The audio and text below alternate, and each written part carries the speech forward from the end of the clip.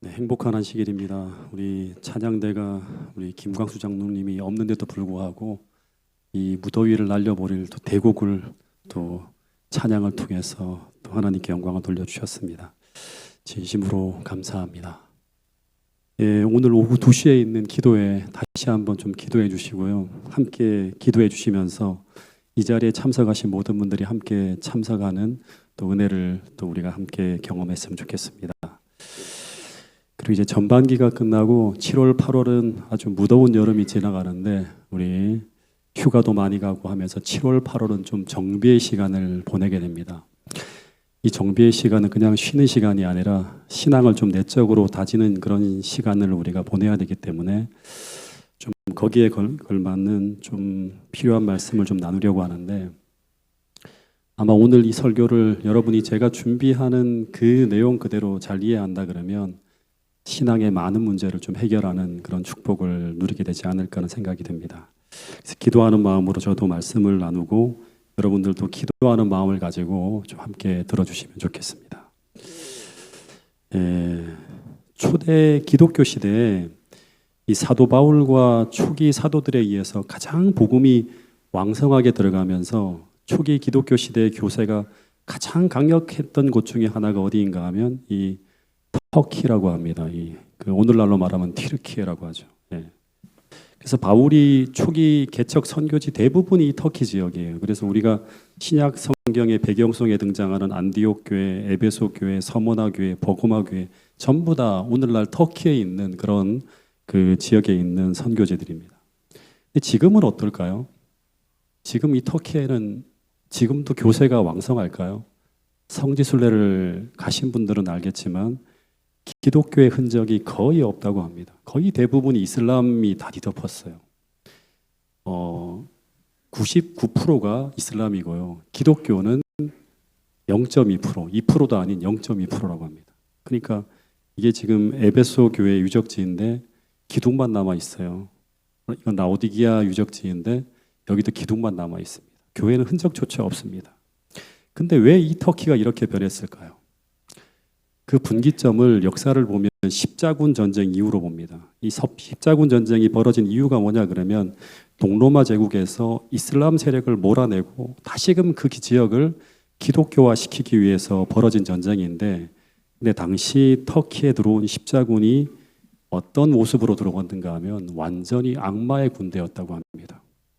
이들이 행한 기록을 이제 좀 남아 있는 걸 살펴보면 도시를 함락시키고 난 다음에 점령지를 정리하고 소개하는 과정에서 양민들을 학살하는데, 심지어 어떤 모습까지 했는가 하면 사망한 사람들의 시체를 군인들이 막 먹는 그런 악행을 자행했다고 합니다. 그래서 이 그리스도의 군대라는 이름으로 들어온 십자군이 이 무고한 시민들에게 행한 너무나 악랄하고 잔인한 만행을 보면서 당시 터키인들은 기독교라고 하는 말만 들어도 고개를 돌리게 되었다고 합니다. 그래서 이 십자군이 지나간 거의 대부분의 지역에는 기독교가 다 사라집니다. 기독교인들조차도 다시금 이슬람화 되어지는 그런 일이 벌어졌다고 합니다. 근데 마찬가지로 기독교 교세가 아주 강했던 우리나라가 2000년을 시점으로 해서 기독교 교세가 급격하게 약해지면서 줄고 있는 추세가 나타나고 있는데, 근데 그 이유를 다양하게 찾아볼 수 있지만 그 중에 하나는 뭐냐 그러면 이 세상이 기독교에 대한 반감이 급속도로 번져가고 있다고 하는 것입니다. 그런데 이 반기독교 정서에 가장 큰 기여를 하고 있는 것 중에 하나가 뭔가 하면 이 경전의 내용과 다르게 살아가고 있는 기독교인들의 위선에 대한 모습 때문이라고 해요. 여러분, 식당에 가면 따로국밥이라고 하는 메뉴가 있는데 이 따로국밥은 왜 따로국밥이죠? 혹시 아십니까? 따로국밥이 왜 따로국밥이에요? 네. 국과 밥이 따로 나오기 때문에 따로국밥이라고 합니다. 근데 이 따로국밥처럼 경전의 가르침과 신자들의 삶이 일치할 때는요, 전성기를 구가합니다. 그 종교가. 근데 경전의 가르침과 신자들의 삶이 전혀 다르게 작동한다고 하면 우리는 절대 산상수훈에 나오는 것처럼 세상의 빛이 될 수 없다고 하는 것입니다. 근데 고민되는 게 뭐냐 그러면 이 신자들의 삶에 이런 위선이 나타나는 이유가 뭘까 하는 거예요. 한번 좀 생각해 보게 되는 건데, 첫 번째 하나는 뭐냐 그러면 신자들이 말씀대로 살려고 하는 의지가 없으면 당연히 위선이 나타나겠죠. 네. 이런 경우도 있어요. 근데 또 하나는 뭐냐 그러면 의지는 있어도 그들이 그 가르침을 통해서 경전의 가르침을 통해서 하나님을 경험하지 못하는 경우가 벌어질 때는 또 위선이 나타나는 거예요. 네. 실제 예수님 당시에 유대교 신자 중에 많은 사람들이 이런 고민 속에 살아갔다고 합니다. 니고데모 같은 경우도 마찬가지죠. 왜 내가 이렇게 열심히 신앙생활을 하고 있는데 진짜 말 그대로 교회에서 하라는 거 다 하고 있는데 왜 나는 경전의 가르침대로 변하지 못하고 있는 것일까? 이런 고민을 하는 거예요. 그런데 이런 문제 속에 고민하고 있는 당시 수많은 신앙인들에게 예수님이 산상수훈의 가르침을 통해서 그 해답을 찾아주고 있는데 그 내용이 마태복음 6장에 나오는 거예요. 이 마태복음 6장을 쭉 읽어보면 거기 세 가지 행위들이 등장합니다. 특별히 세 가지 행위들 한번 보시면 나오죠. 첫 번째는 뭐냐 그러면 구제에 대한 이야기가 나오고요. 두 번째는 기도에 대한 이야기가 나오고 세 번째는 금식에 대한 이야기가 나와요. 근데 이 세 가지는 구약 시대 하나님의 백성들의 경건 생활에 가장 중요한 행위들이었어요. 이 세 가지가 되게 중요했어요. 이 세 가지를 잘해야지만 그 사람이 의롭고 훌륭한 종교인이라고 하는 평판을 듣게 됩니다. 그러다 보니까 당시 사람들은 이런 의로운 행위를 행할 때만 되면 이것을 좀 드러내기 위해서 요란을 떨었다고 합니다. 특별히 금식할 때는 어떻게 하는가 하면 더 수척하게 보이려고 세수도 안 하고 그 다음에 마치 기운도 더 없는 것처럼 허유하고 다니고 기도할 때도 구제할 때도 최대한 사람들에게 내가 이런 걸 하고 있다고 하는 것을 드러내고 알리기 위해 애를 썼다고 합니다. 그래서 내가 이런 경건한 사람이고 이런 훌륭한 신앙인이라는 걸 사람들에게 계속 드러내기 위해서 그걸 조금 더 요란하게 했다고 합니다. 근데 예수님께서 마태복음 6장 1절부터 나오는 이야기를 보면 당시 이런 신앙의 모습이 어떤 문제를 만들고 있는지를 아시고 이런 말씀을 하셨어요. 한번 같이 읽어보겠습니다. 시작. 사람에게 보이려고 그들 앞에서 너희 의를 행치 않도록 주의하라. 그렇지 아니하면 하늘에 계신 너희 아버지께 상을 얻지 못하느니라. 여기 보면 이제 너희 의를 행치 않도록 주의하라고 하는데 의라고 하는 건 의로운 행위라고 생각하면 돼요. 의로운 행위를 이렇게 하지 않도록 주의하라고 하는 거예요. 다시 말하면 너희가 의로운 행위를 할 때 그것을 사람들에게 보이려고 하지 말라고 합니다. 그런데 그렇게 해야 되는 이유가 무엇인가 하면 우리가 사람들에게 칭찬을 받게 되면 하나님에게는 받을 상을 받지 못하기 때문이라고 하는 거예요. 근데 여기서 우리가 하나 생각하는 건 뭐냐 그러면 하늘에 계신 아버지께 상을 받는다고 하는 게 무슨 의미일까 하는 거예요. 첫 번째는 내세의 축복도 있지만 1차적으로는 뭔가 하면 경건한 삶을 실천하면서 하나님을 만나게 되는 축복이에요. 이것이 이 땅에서 우리가 받을 수 있는 최고의 축복입니다. 여러분 우리가 하나님과 동행하면 행복할까요? 행복하다면 뭐가 행복할까요? 여러분들 하나님과 동행하고 계시죠? 전혀 동행하시는 분이 안 계신가요? 창세기 5장에 보면 에녹이 너무너무 행복해서 그 행복 때문에 그 기쁨과 즐거움을 놓치고 싶지 않아서 300년 동안 하나님과 동행했다고 하는 그런 기록이 있습니다. 근데 부조와 선지자를 보면 그 행복은 무슨 꿈을 꾸듯 황홀경 속에서 이루어지는 행복이 아니라 매일매일 성령 하나님이 호소하시는 그 음성을 따라서 그가 의를 행할 때 의롭게 살아라 의롭게 살아라 말씀하시잖아요. 즉 구제하고 기도하고 봉사하고 복음을 전하고 선행을 실천해 나갈 때마다 그때마다 에녹은 하나님이 주시는 상을 받았어요. 근데 그 상은 바로 뭔가 하면 그의 마음에 하나님이 임재하시는 가운데 담겨지는 하나님이 주시는 기쁨과 은혜가 충만한 상태를 경험하는 거예요. 하나님이 주시는 그 기쁨이에요. 다시 말해서 그는 일상생활 속에서 경건하고 의로운 삶을 실천해 나갈 때 그 일을 통해 하나님이 주시는 상인 그 행복과 또 하나 더가 있죠. 하나님을 만나며 경험하는 품성의 변화를 경험하고 있었다고 하는 거예요. 이 상을 받는 거예요. 이 상을 받으면 우리는 행복할 수 있어요. 근데 당시 유대인들도 동일하게 구제하고 기도하고 봉사하고 선행을 실천하면서 그런 의롭고 경건한 삶을 살아가고 있었는데 그런데 그들은 왜 이런 기쁨을 경험하지 못하고 있었을까? 이게 이제 그들의 고민인 거죠. 심지어 그들은 그 경건한 삶을 실천하는 그 시간까지 정해놓고 그런 삶을 실천하려고 애썼어요. 그런데도 그들은 하나님을 만나지 못하고 점점 더 메말라가고 있었다고 하는 것입니다. 근데 여러분, 오늘 우리에게도 이런 일이 벌어질 수 있을까요? 오늘 우리가 열심히 말씀을 전하고 봉사를 하고 예배를 드려도 우리는 당시 유대인들처럼 우리 삶이 점점 더 메말라가고 강팍해져가고 피폐해져가는 그런 모습을 경험할 수도 있을까요? 근데 그 이유는 무엇 때문일까? 그 이유는 바로 그들이 사람들이 주는 상은 받지만 하나님이 주시는 상은 받지 못하고 있었기 때문이라고 하는 거예요. 근데 그 이유는 그들의 경건 생활이 이렇게 실천되어지고 있다면 그들은 하나님을 못 만난다고 하는 거예요. 진짜 중요한 말씀인데요. 그 당시 그 시대 교인들뿐만 아니라 오늘 우리에게도 적용되어지는 말씀이에요. 2절부터 4절까지의 말씀을 같이 한번 읽어보겠습니다. 시작. 그러므로 구제할 때에 외식하는 자가 사람에게 영광을 얻으려고 회당과 거리에서 하는 것 같이 너희 앞에 나팔을 불지 말라. 진실로 너희에게 이르노니 저희는 자기 상을 이미 받았느니라. 너는 구제할 때에 오른손에 하는 것을 왼손이 모르게 하여 내 구제함이 은밀하게 하라. 은밀한 중에 보시는 너희 아버지가 갚으시리라. 여기 본문에 보면 두 가지의 단어가 아주 눈에 보이게 계속 반복됩니다. 첫 번째는 은밀하게라고 하는 단어와 두 번째는 보이려고 하는 단어예요. 근데 이 단어는 마태복음 6장의 세 가지의 경건 생활에 대한 언급이 나올 때마다 꼭 대조되어 등장하는 단어예요. 은밀하게와 보이려고라고 하는 단어.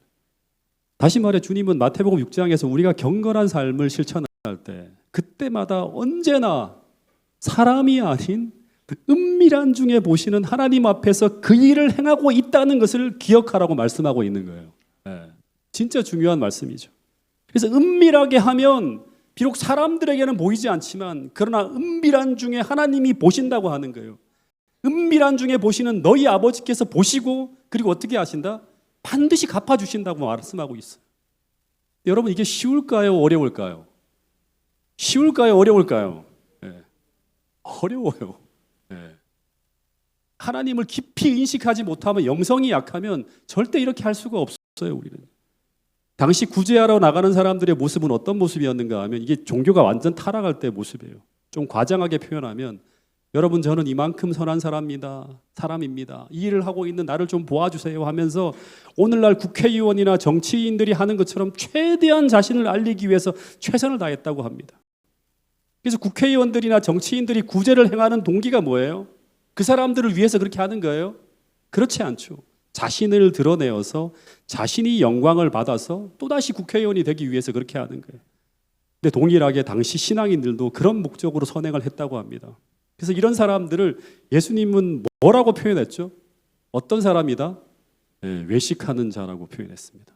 외식하는 자라는 이 단어는 어떤 의미인가 하면 헬라어 원어를 보면 연극하는 배우라고 하는 뜻을 가진 그런 단어예요. 근데 연극하는 배우가 연기를 하는 이유가 뭐죠? 관객들에게 보이기 위한 동기를 가지고 그 일을 행하죠. 마찬가지로 외식하는 자들도 그들이 선행을 행하는 목적은 다른 사람들에게 보이기 위한 목적으로 그 일을 행한다고 하는 것입니다. 그 일을 행하며 의식하는 포커스가 하나님이 아니라 사람이라고 하는 것이죠. 여러분, 여기서 진짜 우리가 중요하게 생각해야 될 게 뭐냐 그러면 하나님께서 우리에게 선행을 하라고 하신 이유가 무엇일까요? 왜 우리는 구제하며 가난한 사람들을 돕는 선행을 해야 됩니까? 하나님이 천사를 통해서 다 하실 수 있는 일인데 왜 하나님이 우리를 사용하려고 하시는 걸까요? 예언의 신에 보면 분명히 나왔죠. 이런 얘기들이. 더하여 그리스도인이 하는 선행은 공을 쌓는 게 아니잖아요. 즉 구제를 해야지만 천국에 들어가는 것도 아니에요. 근데 왜 하나님은 우리에게 선행과 봉사를 하라고 하시는 걸까요? 한번 생각해 봐야 돼요. 그 이유는 우리가 믿음으로 경건한 삶을 실천하게 될 때 그때마다 우리는 어떤 축복이 약속되어져 있는가 하면 또다시 반복합니다. 하나님이 함께 하시는 축복을 경험하게 돼요. 다시 말해서 성령께서 행하라고 하는 호소하는 그 의로운 행위를 우리가 믿음으로 행할 때마다 우리에게 어떤 일이 벌어지는가 하면 그 모든 행위마다 성령이 함께 하시는 역사를 경험하게 돼요. 그 말씀이 어디 나와 있는가 하면 갈라디아서 5장에 나와요. 성령을 쫓아 행하라. 그리하면 성령이 함께 하시는 열매가 맺힌다고 하는 거예요. 즉 성령께서 호소하시는 그 의로운 명령을 따라 우리가 순종하며 선행하고 구제하고 봉사하는 삶을 살아가게 되면, 그러면 성령이 함께 하시는 가운데 우리 삶에 뭐가 나타난다?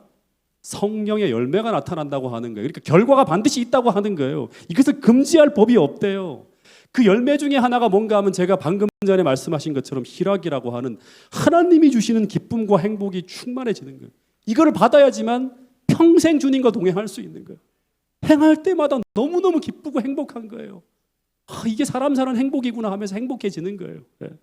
더 이 기쁨과 행복만이 아니라 우리가 정말 순수한 동기 속에서 이 경건한 삶을 하나하나 실천해 나갈 때 또 하나의 열매가 만들어지는데, 그것이 바로 뭐냐 하면 우리 안에 담겨 있는, 반드시 천국을 가기 위해서는 우리가 사라져야 될 이기심과 탐욕적인 품성이 성령의 역사를 통해서 이타적으로 변화되어지는 경험을 하게 된다고 하는 거예요. 근데 문제는 그 동기가 이기적으로 변질될 때요. 이게 문제예요. 다시 말해 그 행위의 동기가 하나님을 의식하는 행위가 아니라 사람에게 보이려고 행할 때, 혹은 자기 영광을 위해 선행을 하게 될 때 어떤 일이 벌어지는가 하면, 겉으로 볼 때는 똑같은 행위를 하고 있지만 행위의 결과는 달라지게 된다고 하는 거예요. 다시 말해서 후자의 선행엔 성령이 역사하지 않습니다. 어떤 변화도 일어나지 않습니다. 왜냐하면 하나님은 그 선행을 통해 우리의 이기심이 사라지기를 바라시는데, 내가 사람의 칭찬을 듣기 위해 혹은 다른 사람에게 보이기 위해 그 행위를 하게 되면 그것은 또 다른 형태의 이기심이 내 마음속에 만들어지는 거예요. 선행은 행하지만 내 안에서 자라나는 것은 뭐가 아니다? 하나님의 마음이 아니라, 이타심이 아니라 이기심이 자라나는 이상한 일이 벌어지게 된다고 하는 것입니다. 실제 바리새인들은 죽으라고 선행을 실천했지만, 그러나 그들은 점점 더 이기적인 인간으로 변해져 가고 있었죠. 그래서 우리가 정말 경건한 신앙인이 되기를 바란다면, 정말 주님 닮은 사람으로 변화되어지기를 소망한다면, 우리는 이 말씀을 깊이 마음에 새겨야 됩니다. 같이 한번 읽어보겠습니다. 산상수훈 82페이지에서 83페이지에 있는 말씀입니다. 시작. 자선사업은 이중으로 축복을 받는다. 가난한 사람들에게 자선을 베푸는 사람은 다른 사람을 축복하기도 하지만 스스로 더 큰 축복을 받는다. 마음속에 있는 그리스도의 은혜는 이기심과 반대되는 품성의 특성, 곧 생애를 깨끗하게 하고 고상하게 하고 풍성하게 해줄 특성을 개발시켜 준다. 은밀한 중에 행한 친절한 행동은 마음을 하나로 묶어주고, 이들은 모든 관대한 생각의 근원이 되는 하나님의 마음에 더욱 가깝도록 이끌어줄 것이다. 은밀한 중에 행한 친절한 행동은 하나님을 의식하는 가운데 행한 행동이죠. 근데 이 결과는 뭐냐고, 하나님의 마음에 더욱 가깝도록 이끌어준다고 하는 거예요. 태능교회 모든 성도들이 이 축복을 꼭 받을 수 있게 되기를 간절히 바라겠습니다. 솔직히 우리는 다들 어떤 마음이 있는가 하면, 우리가 어떤 일을 하는데 그것이 뭔가 큰 일인데 사람들이 이것을 알아주지 않으면, 그것을 올바르게 나를 그 일을 통해서 나를 올바르게 평가해주지 않으면 답답할 때가 있지 않나요? 그것을 알리고 싶고 나타내고 싶고 그럴 때가 있지 않습니까? 다들 안 그런가 봐요. 다들 성화가 되셨는가 봐요. 성질이 급한 사람은 이걸 못 참아요. 스스로 자랑하게 됩니다. 나 이런 사람이라고 하면서 막 자랑해요. 그러나 예의를 생각하는 사람은, 특별히 저 같은 지위에 있는 사람은 스스로 내가 이런 사람이라고 말하기는 쑥스럽고 해서 스스로는 말하지 못하고 대신 다른 사람들이 나에 대해 말해주기를 바라기도 하죠. 그래서 은근슬쩍 내가 행한 일을 간접적으로 흘립니다. 내가 이런 좋은 일을 했고 이런 칭찬받을 만한 일을 했고 나는 참 훌륭한 사람이라고 하는 그런 얘기들을 은근슬쩍 교양 있게 막 알려요. 근데 오래전에 제가 좀 고백을 하는데요. 제가 진짜 수치스러운 경험을 좀 했는데, 2013년도인가 당시 청소년 부장님께 저를 동계신학 강사로 저를 불러주셨어요. 네. 근데 이게 그때 사진이 없어서 이게 2021년도 청년 동계신학에 이제 제가 올라가 있는 것을 잠깐 올려드리는데, 여기 제가 이 사진을 띄우는 이유는, 제가 그때는 몰랐는데 저랑 같이 강사로 활동한 사람이 태능교회 한 집사님이더라고요. 누구죠? 네, 송영준 집사가 같이 했던 그런 사진이 있어서 제가 이렇게 좀 같이 올려봤습니다. 그때는 몰랐어요. 근데 어쨌든 이때로부터 한 8년 전이죠.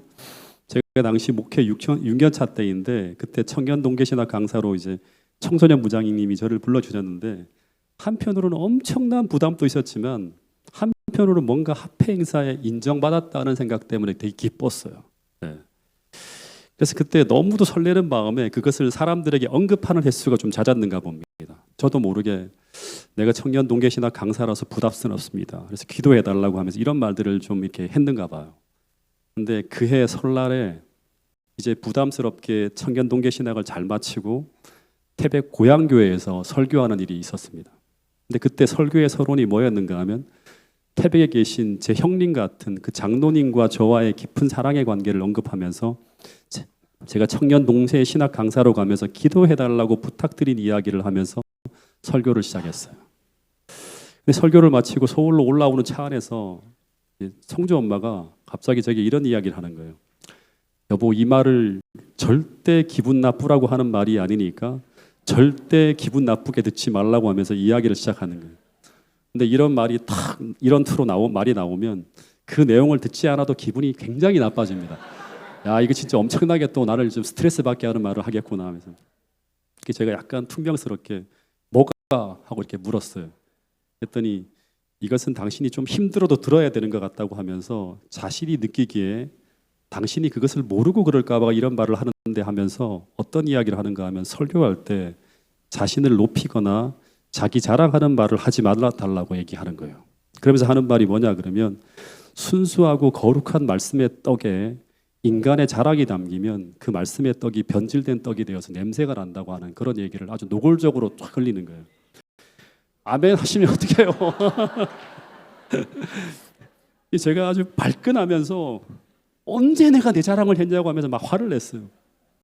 왜냐하면 이 말은 정말 목사로서 들을 때 너무나 수치스러운 것이었기 때문에 막 제가 아니라고 부인하면서 막 얘기를 했어요. 그랬더니 여보, 당신은 그런 마음이 아니었다고 하지만 다른 사람은 모르지만 자기는 내 아내이기 때문에 제 마음을 안다고 하는 거예요. 그러면서 하는 말이 더 뼈아픈 말을 하는 거예요. 나도 당신의 성도라고 그러면서 나도 당신의 설교를 통해서 하나님의 음성을 듣고 싶은데 당신이 자기를 자랑하는 듯한 의도가 느껴지는 순간부터 설교가 안 들어온대요. 예. 근데 이 말을 들었을 때 제가 얼굴이 빨개지면서 정말 감당하기 힘들어서 처음에는 한마디 말도 못하고 얼굴이 완전히 굳은 채로 정면만 딱 응시하면서 차를 운전하고 쭉 가는데 근데 옆에서 좀 가만히 있으면 좋겠는데 계속 뭐라고 하는가 하면 여보 괜찮아? 여보 괜찮아? 하고 계속 묻는데 제가 여보 지금 내가 괜찮겠냐고 좀 가만히 좀 있으라고 하면서 계속 이제 그렇게 이제 얘기했던 기억이 나요. 그러면서 차 안에 정적이 쭉 흐르고 한 30분 정도였던 것 같아요. 그렇게 시간이 흘러가는데 시간이 지나면서 조용히 떠오른 생각이 뭔가 하면 내가 아무리 그렇지 않다고 변명하려 해도 제 마음 깊은 곳에 부인할 수 없는 사람의 칭찬을 갈망하는 마음이 있었다는 것을 부인할 수가 없는 거예요. 그것을 아주 목사로서 세련되게 감추려 했던 그 모든 수치스러운 모습이 아내의 말을 통해 다 드러날 때 그때 제가 얼마나 부끄럽고 얼마나 한심하고 얼마나 비참했는지 모릅니다. 근데 계속 떠오른 생각이 뭐냐 그러면 지금 이 상황이 하나님이 저를 너무나 사랑해서 성주 엄마를 통해 제게 말씀을 하고 있었다고 하는 것을 확인하게 해주셨습니다. 조금이 지난 후 제가 아내에게 하나님께서 당신을 통해 내게 말씀해 주셨다고 그동안 내가 진실하지 못했고 그 문제를 회개하고 싶다고 하면서 그 다음부터 대화가 어땠을까요? 네, 은혜로운 대화로 쭉 하면서 올라왔던 기억이 납니다. 여러분 그런데 왜 우리 삶에 이런 모습이 나타나게 될까요? 왜 이런 모습이 사라지지 않고 계속 나타나게 될까요? 그 이유는 본문을 통해 보면 오늘 우리가 하나님 앞에 서는 경험이 적을 때 이런 모습이 나타납니다. 다시 말해서 오늘 우리가 하나님 앞에서 스스로를 깊이 살피며 그분을 만나는 경험이 얕아지면 필연적으로 나타나는 현상이에요. 우리는 죄인이기 때문에. 필연적으로 나타나는 현상 중에 하나가 뭔가 하면 첫 번째는 하나님이 아닌 사람들을 의식한다고 하는 거예요. 오늘 그 얘기를 계속 마태복음 6장에 주님께서 말씀하시는 거예요. 그런데 우리가 하나님이 아닌 사람들을 의식하게 되면 또 필연적으로 나타나는 현상이 뭔가 하면 하나님이 아닌 또 타인이 아닌 누구를 높이려 한다? 자신을 높이려고 합니다. 이게 바로 뭐냐 그럼 인간의 본성이에요. 근데 이런 모습은 목사님들이나 장로님들이나 집사님들이나 다 마찬가지예요. 우리는 본성적으로 하나님이 아닌 내가 영광을 받으려고 해요. 이게 타고난 본성입니다. 주님이 산상수훈을 통해 우리에게 이런 말씀을 하고 계시는 거예요. 너희가 은밀한 중에 보시는 하나님을 날마다 의식하며 살고 있는 신앙인이라면, 참 신앙인이라면, 즉 너희가 하나님 앞에서는 이 경험이 깊어지고 있다면, 그러면 우리는 선한 일을 할 때 혹은 어떤 작은 성취를 할 때 우리는 자기 과시나 자기 자랑이 아니라 하나님께 영광을 돌리는 이런 돌리면서 이런 외식하는 행위들이 현저하게 줄어들게 될 것이라고 하는 것이 오늘 본문을 통해서 우리에게 가르쳐주는 굉장히 중요한 교훈이라고 하는 것입니다. 또 하나, 이 지점에서 또 하나 생각해야 되는 게 뭔가 하면, 제가 집사회 시간이라든가 혹은 봉사할 때 짧게 이 말씀을 드리고 있는데, 우리가 하나님께 드리는 봉사와 구제와 선행은 하나님께 드리는 예배 행위예요. 이 진짜 중요합니다. 실제 마태복음 6장에 등장하는 구제와 선행이라고 하는 이 행위들은 사람에게 행하는 것이지만 실제 하나님께 드리는 예배 행위들이라고 하는 거예요. 꼭 기억해야 돼요. 너무나 중요한 것입니다. 이걸 잊어버리는 순간부터 우리는 우리의 헌신과 봉사와 모든 것들이 잘못된 방향으로 돌아갈 수 있습니다. 로마서 12장 1절에 보면 이런 말이 있죠. 사도 바울이 너희 몸을 하나님이 기뻐하시는 거룩한 산 제사로 드리라고 하는데, 그 이유는 뭔가 하면 이것이 우리가 드릴 영적 예배이기 때문이라고 하는 거예요. 그리고 난 이후에 쭉 이어지는 대목에서 바울은 어떤 얘기를 하는가 하면 봉사, 구제, 선행 이야기를 쫙 합니다. 로마서 12장을 한번 돌아가서 읽어보세요. 그래서 이 말씀을 연결시켜 보면 우리 몸을 하나님이 기뻐하시는 산 제사로 드리는 영적 예배 행위는 뭐냐 그러면 구제와 봉사와 선행을 통해 나타나는 거예요. 그래서 이 봉사와 선행을 우리가 정말로 하나님을 의식하며 하나님께 드리는 예배의 정신으로 우리가 행할 때, 우리는 이 봉사와 헌신의 전 과정에서 하나님을 만나고 경험하는 축복을 경험하게 됩니다. 그런데 이것을 우리는 어떻게 확인할 수 있는가? 그것은 그 사람이 그것을 통해서 자기의 본성대로 자신을 자랑하고 있는가? 아니면 그것을 통해 성령의 역사를 경험하고 하나님께 영광을 돌리고 있는가 하는 것을 통해 확인되어진다고 하는 거예요.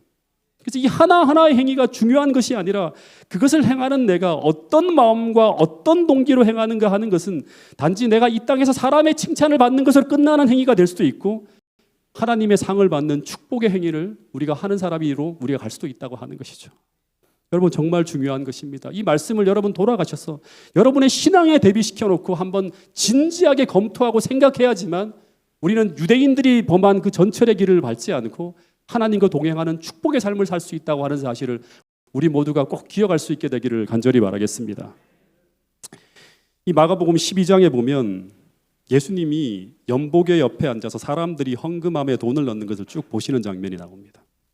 그러니까 헌금하는 장소가 여인의 뜰이라고 하는 이제 그곳에 헌금함이 놓여 있는데, 당시에는 그 공간이 오픈되어져 있었어요. 사람들이 쭉 멀리서도 봐도 이 사람이 얼마의 돈을 넣는지를 다 볼 수 있는지가 확인이 가능한 그런 장소에서 이들이 헌금을 했어요.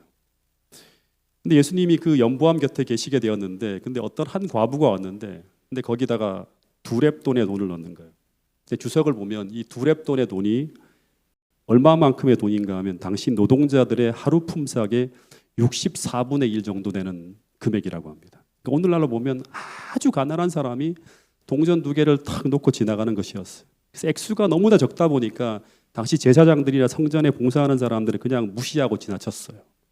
근데 제자들과 함께 앉아서 그 장면을 보시던 예수님이 갑자기 벌떡 일어납니다. 그러더니 뭐라고 말씀하시는가 하면 이 가난한 과부가 연복교회에 넣은 이 헌신은 모든 사람이 그 전에 넣은 것보다 더 많이 넣었다고 하는 거예요. 엄청나게 많은 사람들이 종일 헌금함에 돈을 넣었는데 그 사람들보다 더 많은 돈을 넣었다고 말씀하시는 거예요. 이 말은 어떤 말인가 하면 앞에서 드린 수많은 사람들의 헌신 행위가 있었지만 그 행위들이 주님의 마음을 끌지 못했고, 어떻게 보면 아무런 의미도 없이 돈을 넣고 그냥 하는 것으로 종교 행위로 다 그칠 때는 주님의 마음을 끌지 못했다고 하는 거예요. 근데 이 과부가 두 렙돈의 돈을 연보함에 탁 넣는 순간 예수님의 마음이 덜커덩하고 아주 큰 감동이 일어났다고 하는 거예요. 여러분, 이 말씀이 무슨 뜻인가요? 근데 그 다음 구절을 보면 예수님은 이 여자가 넣은 동전 두 개는 뭘 넣은 거다? 자신의 생활비 전부를 넣은 헌신이었다고 하셨습니다. 그러면 예수님은 지금 이 동전 두 개가 이 여인의 생활비 전부를 넣었기 때문에 그래서 주님의 마음에 감동이 된 것일까요? 그래서 예수님은 오늘 우리에게 우리 생활비 전부를 바쳐라. 그러면 예수님이 감동받으신다. 이런 말씀을 하고 계시는 것일까요? 그래서 오늘 우리에게 더 많은 헌신, 더 많은 물질을 하나님께 드리라고 말씀하고 있는 것일까요? 여러분, 이 여인이 드린 두 렙돈은 가난한 사람에게나 부자에게나 동전 두 개입니다. 이 동전 두 개가 비록 이 여인이 가진 것의 전부이지만 이것은 그냥 그날 하루 한 끼 정도의 밥값이라 이것을 드린다고 하는 것은 그냥 한 끼 정도 굶는 희생일 수 있는 거예요. 그래서 이 여인이 드린 동전 두 개를 드린 것이 생활비 전부를 넣은 큰 헌신이긴 하지만 자신의 전 재산을 바쳤다고 해석하는 것은 지나친 해석일 수 있습니다. 한번 생각해 보면 성전 뜰 안에는 자신의 선행과 의를 드러내기를 좋아하는 신앙의 풍조를 따라서 부자들이 헌금함에 와서 돈을 넣을 때마다 사람들은 그들이 헌금함에 넣는 액수를 보면서 와 하면서 그들의 칭찬하는 소리가 막 들려왔을 거예요. 그래서 부자들은 헌금함에 돈을 넣을 때도 더 많은 사람들이 주목할 수 있게 아주 천천히 사람들이 다 보잖아요. 딱 꺼낼 때도 이렇게 쫙 꺼내갖고 쫙 펼치면서 하나 둘 몇 장이지 하면서 한 장씩 넣으면서 사람들이 다 볼 수 있게 이렇게 쇼하듯이 했을지 몰라요. 근데 그런 풍조 속에 이 과부가 다 쳐다보잖아요. 헌금 앞으로 나갑니다. 동전 두 개를 그 많은 사람들이 보는 데서 넣으려고 할 때 그녀가 만일 사람들을 의식했다면 이 여자는 차마 그 동전 두 개를 들고 연복의 앞으로 나오는 게 진짜 힘들었을 수도 있을 것 같아요. 다 공개되어지니까 그렇습니다. 그러나 이 과부는 헌금 앞에 나올 때도 두 렙돈의 돈을 넣을 때도 사람들이 아니라 누구를 의식한다? 하나님만 생각했고, 그래서 이 여인은 그가 가진 것이 비록 동전 두 개밖에 안 되었지만 이 여인은 다른 예배자보다 더 많이 하나님을 의식하고 더 많이 하나님을 사랑하고 있었고, 그래서 그 사랑하는 마음을 동전 두 개에 담아 드렸다고 하는 것입니다. 예수님은 그것을 딱 보신 거예요. 마치 이것은 막달라 마리아가 향유 옥합을 깨트린 사건과 비슷한 사건이에요. 누구의 눈치도 보지 않고 그 사랑하는 마음을 주님 앞에 헌신을 통해 드린 거예요. 그래서 만약 이 과부가 아무리 자신의 생활비 전부를 드렸다 하더라도 그 헌신 속에 이 마음이 담기지 않았다면 그도 부자들과 동일하게 아무런 의미 없는 헌신을 한 것이 되는 것입니다. 여러분, 하나님은 오늘 이 예배 시간에 우리에게 받기를 바라시는 것은 바로 우리의 물질이 아니라 당신을 사랑하는 진심 어린 마음이라는 사실을 잊지 않게 되기를 간절히 바라겠습니다. 다시 말해서 봉사와 선행이라는 어떤 행위가 아니라 그 봉사와 선행을 하면서 당신께 드려지는 그 마음을 하나님이 받으신다고 하는 것입니다. 그래서 오늘 이 안식일 예배에 참여한 여러분들의 마음에, 그리고 여러분들의 헌신에 이런 아름다운 마음이 담기지 않았다면 하나님은 우리의 어떤 헌신도 받지 않으신다고 하는 사실을 기억할 수 있게 되기를 간절히 바라겠습니다.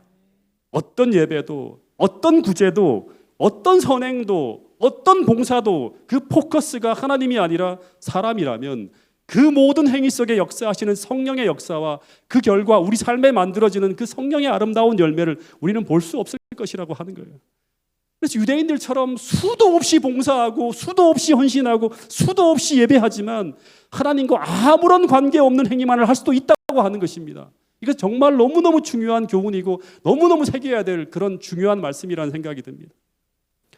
이 동일한 관점으로 5절부터 보면 예수님이 기도에 대한 이야기를 하시는데 거기도 동일한 말씀을 하고 있습니다. 먼저 한번 읽어보겠습니다. 마태복음 6장 5절부터 8절까지의 말씀입니다. 시작. 또 너희가 기도할 때에 외식하는 자와 같이 되지 말라. 저희는 사람에게 보이려고 회당과 큰 거리 어귀에 서서 기도하기를 좋아하느니라. 내가 진실로 너희에게 이르노니 저희는 자기 상을 이미 받았느니라. 너는 기도할 때 내 골방에 들어가 문을 닫고 은밀한 중에 계신 내 아버지께 기도하라. 은밀한 중에 보시는 내 아버지께서 갚으시리라. 또 기도할 때에 이방인과 같이 중언부언하지 말라. 저희는 말을 많이 하여야 들으실 줄 생각하느니라. 그러므로 저희를 본받지 말라. 구하기 전에 너희에게 있어야 할 것을 하나님 너희 아버지께서 아시느니라. 여기서도 예수님이 기도하시는 말씀하시는 기도에 대한 핵심은 여기도 똑같죠. 은밀한 중에와 보이려고 하는 어떤 그런 얘기가 나옵니다. 그래서 예수님이 기도에 대해서 말씀하시려고 하는 핵심은 사람에게 보이려고 하는 기도인 외식하는 자와 같은 그런 기도를 하지 말라고 하는 거예요. 보통 유대인들은 정오쯤 되면요 성전을 향해 기도하는 습관이 있었어요. 기도할 시간이 되면 다들 기도하는 사람들이 어디로 몰리는가 하면 여기 보면 큰 회당, 사람에게 보이려고 회당과 큰 거리 어기로 다 사람들이 몰려갑니다. 예. 길모퉁이나 광장 쪽에 다 모여 있는 거예요. 그래서 어떤 사람은 기도하는 시간쯤 되면 사람들이 가장 잘 보이는 성전 계단의 꼭대기쯤에 어슬렁어슬렁 거리는데요. 12시쯤 되면. 그러다가 기도 시간을 알리는 나팔 소리가 탁 울려 나오면 그 사람이, 모든 사람이 보는 그 장소에서 어떻게 기도하는가 하면 장황하게, 열렬하게 기도를 하면서 자신의 경건을 나타내는 거예요. 그래서 예수님이 비판하는 건 뭐냐 그러면 회당과 큰 거리 어기라고 하는 장소의 문제가 아니라 남들에게 보이려고 하는 기도인, 외식하는 기도를 비판하는 거예요. 이런 기도를 하면 주님을 만날 수 없다고 하는 거예요. 왜냐하면 외식하는 기도는 사람을 향하는 기도이고요, 은밀한 기도는 하나님을 향해 하는 기도예요. 그래서 골방에서 기도하라고 하는 말씀은 골방에 가야지만 주님을 만날 수 있다고 하는 말씀이 아니라 하나님을 의식하며 기도하라고 하는 거예요. 또 하나 진짜 중요한 내용이 하나 나오는데 7절에 보이면 예수님은 장소만이 아니라 또 하나 지적하는 게 뭐예요? 기도할 때 뭐 하지 말라? 네, 주건부원하지 말라. 주건부원이 뭐예요?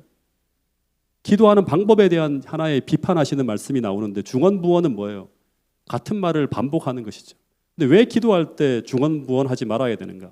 그 다음의 내용에 어떤 말이 나와요? 사람들은 말을 많이 해야 하나님이 들으실 줄 안다고 생각하는데, 근데 하나님은 뭐라고 해요? 우리가 말을 많이 하지 않아도 하나님은 이미 다 아시는 분이라고 하는 거예요. 심지어 구하기도 전에 우리에게 무엇이 필요한지 아시는 분, 더하여 우리가 기도하기 전에 우리가 무엇을 구하려고 하는지, 다시 말해 우리 마음에 담긴 마음이 무엇인지, 지금 우리가 어떤 마음을 가지고 당신께 기도하는지 하나님은 이미 다 하신다고 하는 거예요. 다 하신다고 하는 거예요. 그러니까 주님은 우리가 기도할 때 우리가 지금 어떤 말로 기도하는가 보다 우리가 지금 어떤 마음으로 기도하고 있는지가 진짜 중요하다고 말씀하고 있는 거예요. 네. 다시 말해서 우리가 아무리 화려한 문구로 포장하여 기도한다 하더라도 하나님은 그 기도 속에 담긴 그 마음이 진짜 마음이 아닌 가짜라면, 진심이 아니라면 하나님은 그 기도를 듣지 않으신다고 말씀하고 있는 거예요. 반대로 오늘 우리가 비록 말이 더듬거리고 심지어 논리에는 맞지 않고 더하여 기도가 많이 서툴다 하더라도 그 기도 속에 진심이 담겨 있다면 하나님은 우리의 기도에 움직이시며 반응하신다고 말씀하고 있는 거예요. 그때부터 성령의 임재를 경험하는 거예요. 그때부터 하나님을 만나기 시작하는 거예요. 그래서 오늘 우리의 기도가 이 두렙돈을 드린 과부처럼 아무리 하찮은 예물을 가지고 나온다 하더라도 그 예물에 뭐가 담겨 있다면, 진심이 담겨 있다면, 예수님의 마음을 움직인 것처럼 오늘 우리의 기도에 진심이 담겨 있다면 우리가 아무리 부족한 기도를 드린다 하더라도 그 기도를 통해 우리는 하나님을 만날 수 있다고 오늘 이 교훈을 통해 말씀하고 있는 것입니다. 여러분, 그래서 이런 말씀이 있어요. 예레미야 29장 12절부터 13절 말씀은 이 마태복음 6장의 이 말씀과 딱 통하는 거예요. 같이 한번 읽어보겠습니다.